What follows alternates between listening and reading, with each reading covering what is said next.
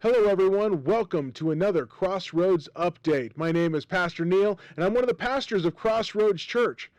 Let me ask you, have you ever been scared? I mean like really scared. Have you ever watched the movie Twister? Yeah, they don't seem to go together too much, do they? I remember when I was watching the movie Twister in the theater, and it was awesome. All those twisting tornadoes going around and watching cows float up into the air. The crazy thing is that movie was actually based on a real life thing that happened in Grand Island, Nebraska. Now, if you ask where is Grand Island, Nebraska, that's okay. Most of the country doesn't know, but it's in Nebraska. Who knew?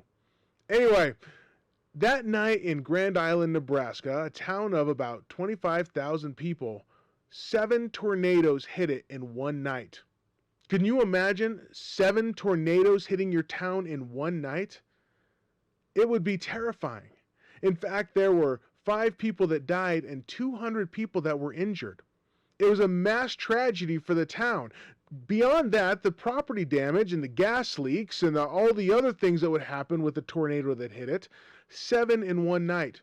You can imagine the fear, you can imagine all the crazy things that were going on that night. And honestly, if we were kids in that time, hiding in basements or in crawl spaces or wherever, the terror that would grip us. However, maybe you're not in a physical storm right now. Maybe you don't have the tornadoes coming down from the sky, and yet you find yourself scared. You find yourself fearing for what could happen, what has happened, what may be knocking on your door next. You know, Israel is in a similar situation. We see in Isaiah 41, and we're going to read verse 10. Let's read that together, in fact. It says, "Fear not, for I am with you. Be not dismayed, for I am your God. I will strengthen you. I will help you. I will uphold you with my righteous right hand." Israel had been not paying attention to what God had wanted them. God had chosen Israel out of all the nations. In fact, it started off just Abraham and his wife, and they couldn't have kids, and after a while they had one kid, and that kid had more kids, and that kid had more kids, and after a while Israel became a nation. And yet, it was supposed to be a nation that followed God. It was supposed to be a nation that sought God over all other things, and yet it didn't. It turned away, it sought other gods, it looked for its own pleasure. And so what did God do? Well, God allowed Israel to be punished. More as a discipline, as a parent would a child, and yet God had to discipline Israel to bring Israel back to himself. But when that was written in Isaiah, Israel had been taken off in captivity in Babylon. Captivity is not something we think about too much today. Basically, Babylon, the nation, had swept through the land of Israel and carted off the brightest and the best Israelites. That's right, they brought them back to their homeland and they taught them, they educated them in the things of Babylon, integrating them into Babylon's culture. And all that was left were the people that didn't have the education, didn't know the things. And so they were left with just a few people in their homeland, and everybody else carted off to the nation of Babylon.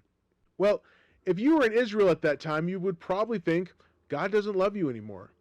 God doesn't care about you anymore, that you had been rejected, that you had been forgotten. In reality, you would be scared about each night, the bumps in the night, the things that were new, and the God that had chose you, you would fear rejected you. But what does Isaiah say there? He says, you're not forgotten. You're not rejected. You're not alone. In fact, he says that he will strengthen and help and uphold Israel there. Now that's great for Israel, and it was great way before Jesus was ever born, but what does that have to do with us? You know, when we get scared, when we have things that we're fearful of, maybe they're real things, maybe they're imagined, but no matter what, we too can hold our fear at arm's length because we can trust in God. You see, Paul, in the book of Ephesians, says that we are the bride of Christ. If you've trusted Jesus as your Savior, if you have accepted His sacrifice for your own, you are part of the universal church. We're brothers, we're family, and we are the bride of Christ. Now, I know it seems a little weird as a guy, but we are the bride of Christ. That means we don't have to fear either. You see, when we see things on the news, when we read things in the paper, when we talk to our friends and listen to other YouTube videos and things just seem out of control, because they are. You know what? We don't have to fear. We don't have to worry about what's coming next, because God will help us. God will strengthen us. God will uphold us. How? How would he do such things? With his righteous right hand. You see, God is looking out for us. It may not turn out how we want it to. It may not turn out unpainful. But you know what? This world is not our home. This is not the end of the story. We can trust that God has something much bigger in mind. So, whether it's a tornado, whether it's watching the news, whether it's losing our job or our source of income, though it all is scary, though it all makes us fearful and in the pit of our stomach, we can trust in God and know that he will help us, he will strengthen us, and he will uphold us with his strength and his might. Well, I hope you enjoyed this week's encouragement on the Wednesday update. Remember, we meet every week at Crossroads Church at 10:10. You can find us there in Custer, South Dakota, or right here on YouTube, right on this channel. Also, if you would like, subscribe, and push that bell icon, you can always know when we're doing things.